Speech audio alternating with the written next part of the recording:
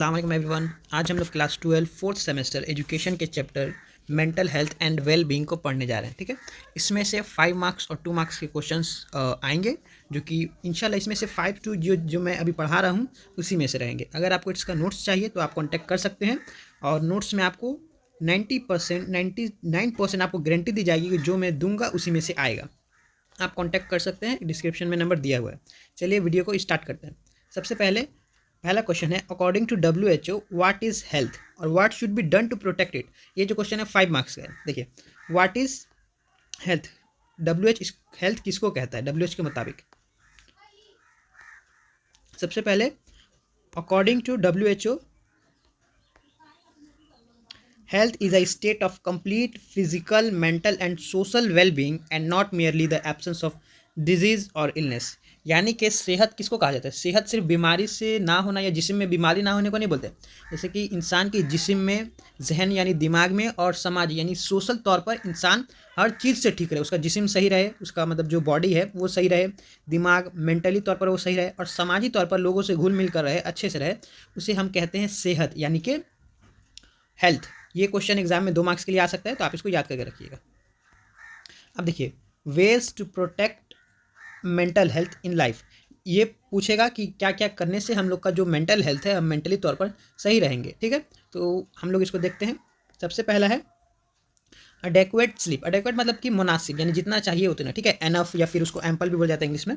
देखिए, रोज़ाना मतलब अच्छा नींद लेना या फिर जितना ज़रूरत है ज़्यादा से ज़्यादा नींद लेना इंसान के जहनी दबाव और गुस्सा को कम करता है, चिड़चिड़ापन को कम करता है, डिप्रेशन वगैरह में इंसान नहीं रहता है। और पूरा नींद इंसान अगर जब ले लेता है तो उसका दिमाग अच्छे से काम करता है। अगर हम अच्छी तरह से ना सोए तो हमारा मन चिड़चिड़ा सा रहता है और हमको हर वक्त नींद आती रहती है। ठीक है, तो दिमाग को सही करने के लिए नींद लेना बहुत ही ज़रूरी है। अगला है न्यूट्रियस एंड बैलेंस्ड डाइट। देखिए, जैसे कि हम लोग कुछ लोग हैं जो बाहर के खाना खाते रहते हैं, तेल से तली हुई चीज़ें और जो भी, तो वो चीज़ इंसान को दिमागी तौर पर ख़राब करती है। यानी उसके जहन को तो ख़राब करेगी, साथ ही साथ उसके बॉडी को ख़राब करेगी, और जब बॉडी ख़राब रहेगा तो इंसान का दिमाग ख़राब रहेगा। इसीलिए न्यूट्रियस यानी अच्छे, जिसमें न्यूट्रिएंट हो वैसे खाना, और डाइट फॉलो करना, जैसे कि तली हुई चीज़ को या फिर तेल वाली चीज़ को ना खाना, शुगर वगैरह को ज़्यादा कंज्यूम ना करना, इसको कहा जाता है न्यूट्रियस डाइट। अगला पॉइंट है अवॉइड ड्रग्स एंड स्मोकिंग। कुछ लोग होते हैं जो, ज़्यादातर लोग जो नशे करते रहते हैं, जैसे कि शराब पीना, सिगरेट वगैरह पीना, ये सब क्या करता है, इंसान के दिमाग को ख़राब करता है। उसके सोचने की जो सलाहियत होती है, कैपेबिलिटी होती है, उसको कम करता है। ठीक है, एग्जाम में आप ऐसे ही पॉइंट बनाकर उस पॉइंट को आप एक्सप्लेन करिएगा। ठीक है, एज अ पैराग्राफ लिखना सही नहीं होता है। ठीक है, उसके बाद देखते हैं रेगुलर फिजिकल एक्सरसाइज। रोज़ाना एक्सरसाइज करते रहना हमारे इंसान की बॉडी को अच्छा रखता है, कि हम चुस्त फुरुस्त रहते हैं, दिमाग में ताजगी रहती है। ठीक है, काम में हम ज़्यादा मन लगा के काम कर पाते हैं। जैसे फिजिकल एक्सरसाइज कैसे, जैसे चलना, खेलना, योगा वगैरह करना, ये सब क्या है, ये फिजिकल एक्सरसाइज है। अगला देखते हैं स्टेइंग एक्टिव। यानी कि एक्टिव मतलब कि अच्छे से रहना। ठीक है, जैसे दोस्त या फिर ख़ानदान से मिलते रहना, रोज़ किसी को मदद करना, गलत काम से बचना। ठीक है, वॉकिंग वगैरह पर जाना, ये सब क्या है, ये सब चीज़ जो है मतलब कि नेगेटिव ना रहना। ठीक है, एक्टिव रहना, पॉजिटिव वे में रहना, ये हम लोग को मेंटली तौर पर अच्छा रखता है। लास्ट पॉइंट है डिसिप्लिन लाइफ। डिसिप्लिन लाइफ क्या होता है कि इंसान को अच्छे से रहने में मदद करता है। जैसे कि इंसान के हर चीज़ में डिसिप्लिन होना चाहिए। हम कब खाएं, कब सोएं, कब उठें, कितना खाएं, कितना पढ़ें, हर चीज़ में एक डिसिप्लिन होना चाहिए, एक रूटीन होना चाहिए। तभी हम लोग अच्छे से फिजिकली तौर पर, मेंटली तौर पर, सोशली तौर पर सही रह सकते हैं। ठीक है, ये हो गया एक क्वेश्चन कंप्लीट। अब देखते हैं हम अगले क्वेश्चन की तरफ। What are the ways to identify mental health problem. यानी कि कोई मेंटली तौर पर सही नहीं है, इसको पहचानने का तरीका क्या है, किस तरह से हम पहचान सकते हैं कि कोई एक स्टूडेंट है या फिर कोई भी एक पर्सन है वो मेंटली तौर पर प्रॉब्लम में है। ठीक है, तो सबसे पहला पॉइंट है एक्सट्रीम शाइनेस।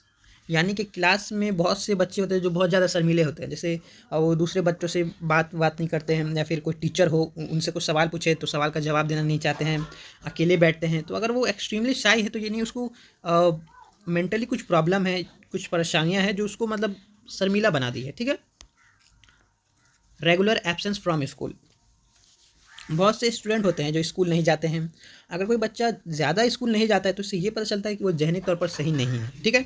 उसको कोई प्रॉब्लम है जिस प्रॉब्लम की वजह से स्कूल नहीं आ पा रहा है, ठीक है, या फिर घर में कुछ दबाव है या फिर फाइनेंशियल प्रॉब्लम है, तो ये बताता है कि स्कूल में अगर कोई रेगुलर नहीं है तो उसका क्या प्रॉब्लम है। इन अटेंशन इन ए क्लास, देखिए क्लास में जब पढ़ाई हो तो कुछ बच्चों का ध्यान कहीं और रहता है, वो अपने ख्यालात में डूबे रहते हैं, कुछ और सोचते रहते हैं, पढ़ाई में ध्यान नहीं रहता, यानी कि वो कुछ प्रॉब्लम में है, इसी वजह से वो पढ़ाई में उनका ध्यान नहीं हो रहा है। तो ये जो ध्यान नहीं हो रहा है, ये पहचानने का तरीका है कि वो मेंटली तौर पर सही नहीं है, उसको कुछ प्रॉब्लम है। अगला पॉइंट है डिप्रेशन। कुछ जो स्टूडेंट है या फिर कुछ लोग हैं, कई सारे एक्टिविटीज़ में वो हिस्सा नहीं लेते हैं, जैसे कि स्कूल में कुछ प्रोग्राम वगैरह हो उसमें हिस्सा नहीं लेंगे, या फिर दूसरों से बात नहीं करेंगे, ठीक है, हमेशा चुपचाप बैठे रहेंगे, तो ये डिप्रेशन इसको बोलते हैं, ठीक है। तो अगर कोई डिप्रेस्ड रहता है तो वो भी एक ये साइन है कि वो मेंटली तौर पर ये बीमार है। अगला पॉइंट है लेजीनेस, यानी कि काहिली। अगर कोई बच्चा हर वक्त में सुस्ती दिखाता है, वह स्कूल के काम नहीं करता, जिम्मेदारियों को नहीं उठाता है, या फिर दिल लगा के नहीं पढ़ता, तो वो एक लेजीनेस है, यानी वो बताता है कि वो सीरियस नहीं है अपनी ज़िंदगी में। तो सीरियस कौन नहीं होता है? जो मेंटली तौर पर इल होता है या फिर जिसको कुछ एम के बारे में पता नहीं होता, ठीक है। अगला है एग्रेसिव बिहेवियर। एग्रेसिव मतलब क्या होता है? झगड़ालू, किसी को कुछ झगड़ालू या फिर चिड़चिड़ा, किसी को कुछ बोल देने से वो गर्म हो जाता है, ऐसे उसको कहता है एग्रेसिव। क्लास में, जैसे कि क्लास में क्या है, हमारे माहौल में ही बहुत से जो स्टूडेंट होते हैं या फिर बहुत से लोग होते हैं, वो कुछ भी बात बोलो, छोटी सी बात, तो वो गुस्सा हो जाते हैं। ये क्या है कि एक बताता है कि वो कुछ प्रॉब्लम में है, जिससे उसको कुछ बोल देने से वो चिड़चिड़ा हो जाता है या फिर गुस्सा हो जाता है। ये जो बताता है, ये एक सिंबल है कि वो मेंटली तौर पर इल है, ठीक है। चलिए अगला क्वेश्चन देखते हैं। वीडियो लाइक करें, कमेंट करें, अच्छा लगे तो शेयर भी कर सकते हैं आप, ठीक है, और नोट्स आप ज़रूर बाई करें, ठीक है। चलिए अगला देखते हैं। What is anxiety, discuss the causes of anxiety. देखिए एंजाइटी किसको बोलते हैं? Anxiety anxiety is a mental disorder caused by fear, excessive worry, and it affects daily life. It may cause fast heart beat, sweating and restlessness. देखिए anxiety किसको कहा जाता है? ये जहनी यानी मेंटल बीमारी है, ठीक है, मेंटल डिसऑर्डर है। ये ज़्यादातर खौफ यानी कि डर और घबराहट जैसी चीज़ों को से पता चलता है कि इंसान कोई एंजाइटी में है, ठीक है। इसमें क्या होता है कि दिल जल्दी धड़कने लगता है, पसीना आता है और थकावट सा, रेस्टलेसनेस फील होता है, ठीक है, थकावट सा। अब चलिए इसके कॉजेज़ को देख लेते हैं कि क्या क्या वजह है कि इंसान और एंजाइटी में रह सकता है। पहला है एक्सट्रीम स्ट्रेस। देखिए बहुत ज़्यादा काम का दबाव, पढ़ाई का दबाव, इम्तिहान का खौफ वगैरह इंसान में ज़हनी दबाव डालता है और उसे अंदर से मतलब थका देता है, टायर्ड कर देता है, ठीक है। तो ये एंजाइटी का एक मतलब सिंबल है, ठीक है, कि अगर कोई थका हुआ है तो वो एंजाइटी का शिकार होता है, ठीक है। अगला देखते हैं फाइनेंशियल प्रॉब्लम।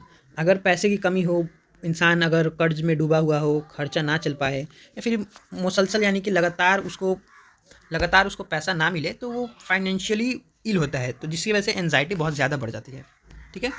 अगला हम देखते हैं फिजिकल इलनेस, ठीक है।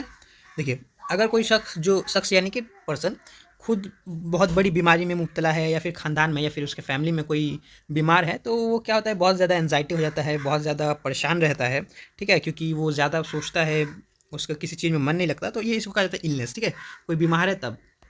उसके बाद देखते हैं सोशल आइसोलेशन।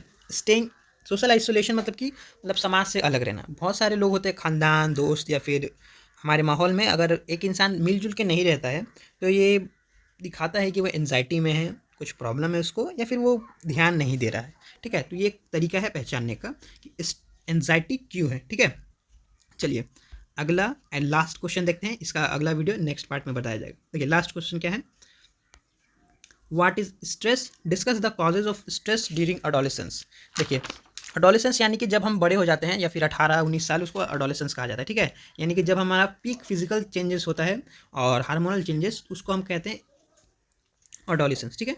चलिए स्ट्रेस कहते किसको है? स्ट्रेस इज अ फिजिकल और mental reaction when a person faces challenges. देखिए ये भी एंजाइटी से मिलता जुलता है। अगर हम, ये एक फिजिकल या फिर मेंटल रिएक्शन है, जब हम कोई परेशानी में आते हैं तो हम कैसे सोचते हैं, क्या काम करते हैं, उसको कहा जाता है स्ट्रेस, ठीक है। चलिए अगला देखते हैं causes of stress in adolescence, यानी कि स्ट्रेस का वजह क्या है, इंसान स्ट्रेस क्यों लेता है, ठीक है। चलिए फिजिकल चेंजेस। देखिए जब इंसान बड़ा होता है, जैसे कि हम ही लोग हैं, जब बड़े होते हैं तो हमारे बॉडी में हार्मोनल चेंजेस आते हैं, ठीक है, जिसकी वजह से हम लोग ज़्यादा परेशान रहते हैं, ठीक है, दूसरे की तरफ लगाव ज़्यादा जाता है। तो ये फिजिकल चेंजेस, ये हार्मोनल चेंजेस होता है जो एक इंसान को दूसरे इंसान की तरफ लेके जाता है, और हम इसमें बहुत ज़्यादा परेशान रहते हैं, ठीक है। चलिए आगे देखते हैं। एकेडमिक प्रेशर, जैसे कि एग्ज़ाम का दबाव, रिजल्ट का दबाव, फ्यूचर का टेंशन कि आगे चल के क्या होगा, एग्ज़ाम में कितना नंबर आएगा, रिजल्ट में कितना नंबर आएगा, एग्ज़ाम ठीक जाएगा कि नहीं, ये सब एकेडमिक प्रेशर है। कुछ लोग इस वजह से भी बहुत ज़्यादा स्ट्रेस में रहते हैं, बहुत ज़्यादा परेशान रहते हैं, ठीक है। उसके बाद देखिए फैमिली प्रॉब्लम्स। फैमिली प्रॉब्लम्स में क्या क्या आ सकता है कि वालिदैन की अलहदगी, यानी दो पेरेंट्स है जो उनका डाइवोर्स हो चुका है, अलग है, उस वजह से एक बच्चा स्ट्रेस में रहता है, घर में पैसे की कमी है, या फिर और कोई भी, या फिर फैमिली में कोई बीमार है, ये सब जो वजह है ये एक स्ट्रेस को बुलाती है, स्ट्रेस को बुलावा देती है, ठीक है।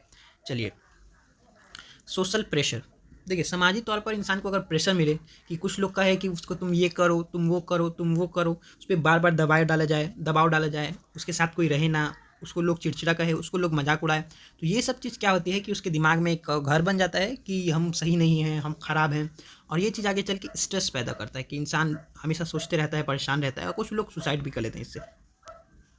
इमोशनल चेंजेस की स्ट्रेस का एक पहचान है कि इमोशनली लोग वीक हो जाते हैं, छोटी छोटी सी बात में रोने लगेंगे, घबराने लगेंगे, कंफ्यूज हो जाएंगे कि उनको क्या करना है, क्या नहीं करना है, किसी भी काम को करते वक्त कॉन्फिडेंस नहीं रहेगा, ठीक है। तो ये सब क्या है, ये एक इमोशनल चेंज है। चलिए उम्मीद करता हूँ कि आज की क्लास आपको अच्छी लगी होगी। वीडियो अच्छी लगी तो लाइक करें, कमेंट करें, शेयर करें। चलिए अल्लाह हाफिज़।